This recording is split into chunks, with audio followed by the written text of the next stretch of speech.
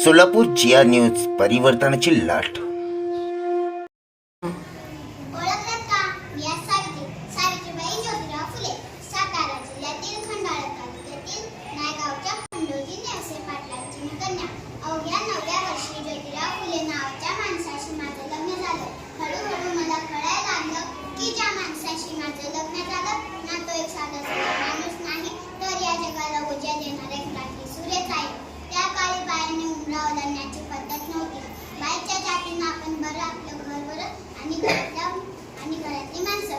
स्त्री पुरुष उच्च नीच सगळी भेदभाव होतात, पण त्या सर्वांवर एकच उपाय होता, ते म्हणजे शिक्षण. शिक्षणाचा ध्यास हा एकच खूळ ज्योतिरावांच्या मनात होता. पण एकदा काय झाले, एक ब्रिटिश मॅडमनी त्यांना म्हणाल्या, मिस्टर फुले, तुम्हाला शिक्षणाचा प्रसार करायचा आहे ना, so educate their women first because जी फॉर वुमेन